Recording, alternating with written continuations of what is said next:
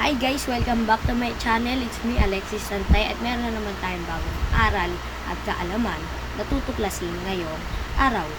So, ang tutuklasin natin na tanong ay, bakit bawal sa mga aso ang tsokolate at gatas?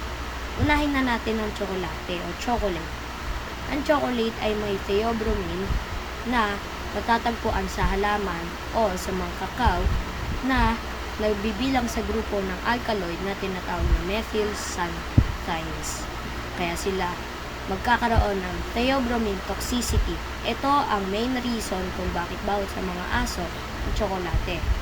Dahil kung ano ang mas darker chocolate ay mas bawal sa kanila dahil mas delikado ito kumpara sa gatas. Bakit naman bawal sa aso ang gatas? Ang gatas ay maaaring magkaroon ng mga aso na lactose intolerance dahil ang kanilang katawan ay kulang sa lactase na ang enzymes, ito ay ang enzymes na tumutunaw sa mga asukal or gatas, dairy products o matatamis na mga pagkain.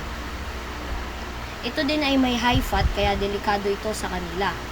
At kung mapakain nyo man sila ng mga ganito, ay dalhin nyo man na naman agad sila sa veterinarian o mas malapit na clinic. So, ayun lang guys. Paalam sa inyo, bye! At huwag niyong kalimutan mag-follow, like, and share at mag-subscribe na rin kayo. Bye guys!